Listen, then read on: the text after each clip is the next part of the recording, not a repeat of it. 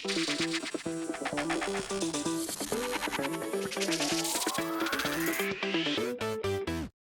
does it again. Caleb Williams, number 18, is clutch in the fourth quarter. He scores a game-winning touchdown for the Chicago Bears. He runs it in. The Bears win against the Giants by a score of 24-20 to go to 6-3 on the season. What's going on, guys? I'm back with another Chicago Bears post-game reaction video, and man, I cannot believe we pulled this one out. I've said this 4 times this season. The Chicago Bears have won 4 games at the very last second. Okay, the game against the Raiders, against the Commanders, against the Bengals, and now against the Giants because QB1 Caleb Williams was fucking clutch as fuck yet again late in the fourth quarter. And honestly, guys, when the score was super close in the fourth quarter, I had a feeling that Caleb was going to pull it out, but I still, deep down, I still have that trauma as a Bears fan where I'm like, are we actually going to win it? Even though Caleb has proven so many times to be clutch enough to win games like this, with all the drops that were happening, with how bad we were playing in this game,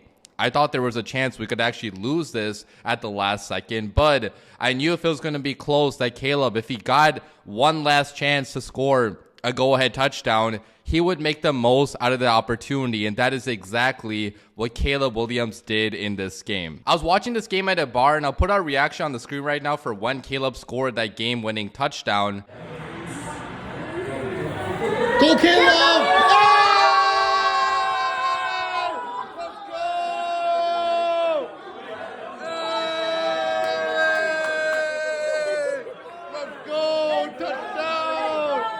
And as you guys can see, we were going absolutely insane. I mean, for Caleb to run that ball in, I mean, that was a beautiful run by QB1. Good awareness to get to the edge and just get that in himself, because Zacchaeus was actually open on this play potentially, but Zacchaeus was so bad in this game where I'm really happy that Caleb just took the ball in himself, because Zacchaeus probably would have dropped it as he was doing throughout this entire game. So that last game-winning drive by Caleb Williams was super clutch. I mean, he got that 27-yard pass into Luther Burden right before that run, which the ball was out before Luther Burden even came back to the football. So that was just tremendous play by Caleb Williams in terms of, throwing the ball before the receiver even gets open. Now, that final drive only happened because the Bears defense stopped Russell Wilson on the prior drive, and they got a muffed punt as well. So they got a little bit lucky with the muffed punt, but you make your own luck in this league, okay? The fact that the Bears defense did get the stop at the very end, even though they're pretty bad in the first 3 quarters of this game, the Bears defense clutched up in the fourth quarter. And even though they got a little bit lucky that Jackson Dart went out with the injury as well, Jackson Dart was killing us when Russell Wilson came in.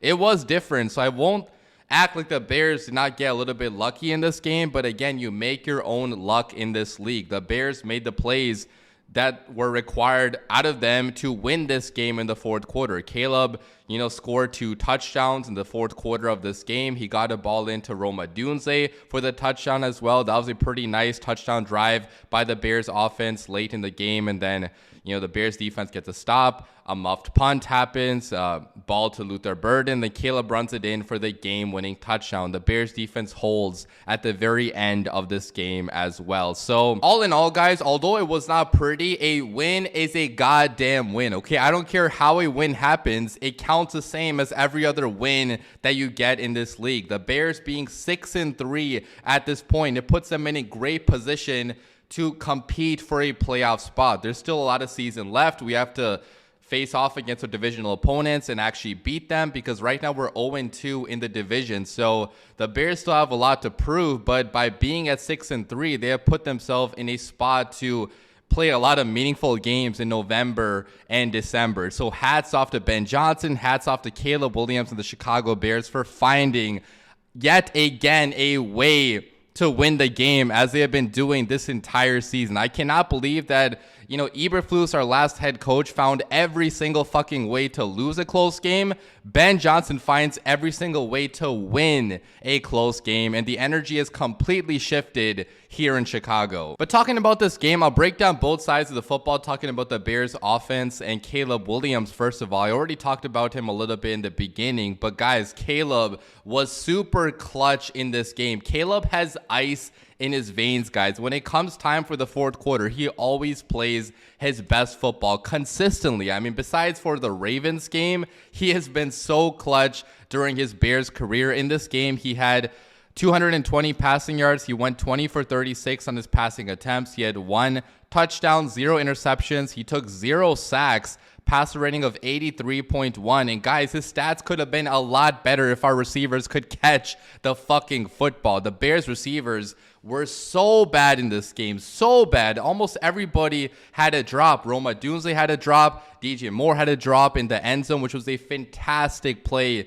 by Caleb Williams. It was a little bit of a tough catch to make for DJ Moore, but number one receivers in this league can make a play like that. And, you know, Caleb running all the way to his right and throwing that ball on the run, it was a dart of a throw by Caleb Williams, but DJ Moore dropped that. So, you know, that sucked. And the Zaccheaus had a lot of drops in this game, at least 2 to 3 drops Zaccheaus had. So the Bears had at least 6 to 7 drops in this game, but Caleb still had 220 passing yards. He had 63 rushing yards along with a rushing touchdown too, and he did everything he possibly could for the Bears to win this game. His accuracy was a lot better in this game, I would say. Like, there were still a couple balls that were a little bit off, but that is to be expected out of any quarterback in any game, you know? So I thought overall, if you look at the game Caleb played, it was a fantastic football game, and it really showed that he is the franchise quarterback by winning this game in the fourth quarter. Franchise quarterbacks find a way to win close games, especially being at home, and that is exactly what Caleb Williams did in this game. Now, talking about the Bears' run game, the Bears had 171 rushing yards and 2 rushing touchdowns in this game. They averaged 6.1 yards per carry, so it was a pretty successful rushing effort by the Chicago Bears, but it got a lot better in the second half as opposed to the first half. And I was pretty disappointed with the usage of Kyle Monangai in this game. I mean, he was less efficient than Swift in this game. Monangai had 7 carries for 28 yards. Swift had 13 carries for 80 yards. So Swift did have the more efficient outing, but I still would have liked Monangai to get the ball on some of the 3rd and short situations. Those were horrible calls, honestly, by Ben Johnson on 3rd and 1. You know, we had a couple 3rd and shorts where Swift got the ball instead of Monangai, which I just cannot agree with that reasoning. I know Swift did have a nice bulldozing run where he did lower his shoulder and get through for some extra yardage, but overall Swift is not that power back, so I just don't understand what Ben Johnson was doing on some of the 3rd and shorts. Honestly, it was not a very good called game by Ben Johnson for the majority of this game. Now, in the fourth quarter, his play calling did come alive, and Caleb made some clutch plays at the end for sure, but you know, Ben Johnson could be better, I feel like, in the future with this usage of these running backs in certain situations. Now, I am pretty happy that Caleb contributed to the rushing attack. I mean, if you get 63 rushing yards from your quarterback, it obviously helps you win the football game, especially when Caleb got that, you know, rushing touchdown at the very end. But, you know, hopefully in the future, the Bears' run game can be even better without the rushing yards from QB1. But if you look at the Bears' receiving game then, as I mentioned, I mean, there were so many drops in this game, and going forward against better opponents, you cannot make those drops. Odunze has to be better. Odunze every single game, guys. Like, he has a big-time drop. And I know he had 86 receiving yards and 1 receiving touchdown in this game, but I'm going to grade him harshly because I view him as a potential receiver number 1 in this league. And his dad, James Odunze, was crying on Twitter about how, you know, Odunze does not get enough targets, while Odunze got the most targets in this game by far. He had 10 targets in this game, and he did pretty good, okay? I'm not trying to hate on Rome Odunze. He played a pretty good game for the most part, but he has to be more consistent and not drop the football in some big situations late in games. But he did get that, you know, touchdown in the fourth quarter. So again, I'm not going to hate on him too much, but one guy I am going to hate on is Olamide Zaccheaus, because what the fuck was he doing out there? He had 2 to 3 crucial drops. I don't know what.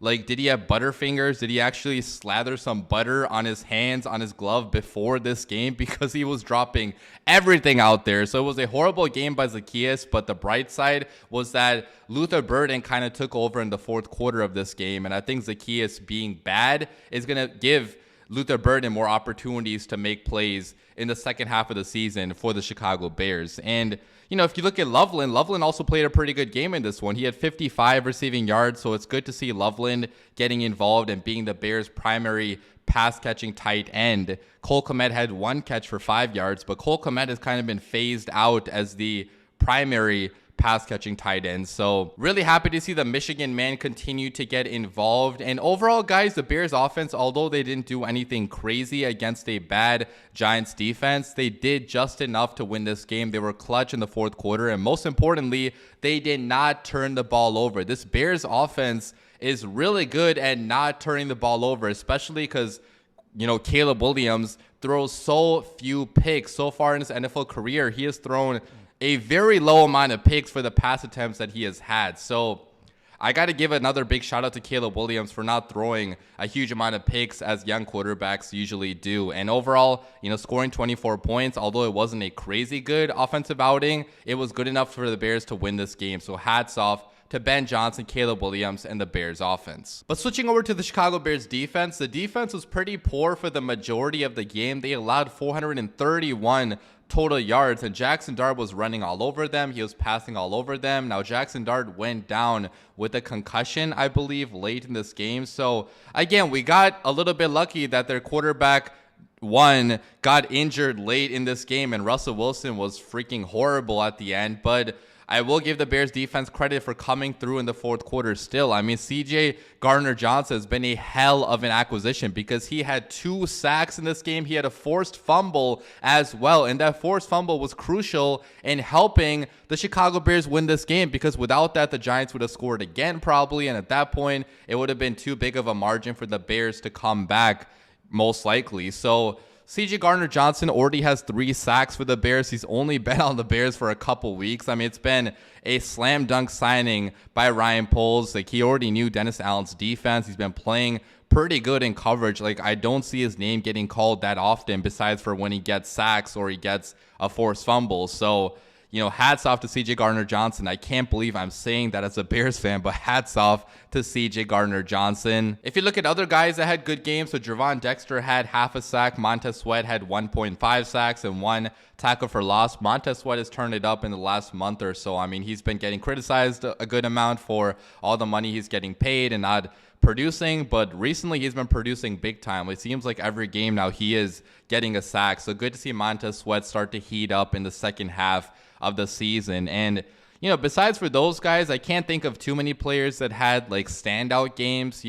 If you look at Noah Sewell, he had a horrible game. Like, he missed a tackle that helped the Giants eventually score points. I mean, he should have had the ball carrier back before the line of scrimmage, but he missed that tackle, and then he goes forward for a lot of extra yardage. So it really does suck that TJ Edwards is not healthy. He's not going to be healthy for a while because he broke his hand. And right now we got Noah Sewell in here who, although he's shown some flashes, he's not really a good starting linebacker right now in the NFL. So again, guys, the Bears defense has major question marks. I don't know for a good enough defense to really do anything special this year, right? Like, I don't think we're going to go to the Super Bowl this year or deep in the playoffs, but hopefully our offense can, carry this defense while they are injured. And down the stretch, if we get Kyler Gordon back, if we get Jalen Johnson back, maybe we could beat some of the better offenses that we are playing, on our schedule, like the Lions, like the Packers, and obviously that's being pretty optimistic because we barely beat teams like the Giants, like the Bengals, pretty bad football teams, but we did beat those teams at the end. And when we get our guys healthy, maybe we could be a better defense and be more competitive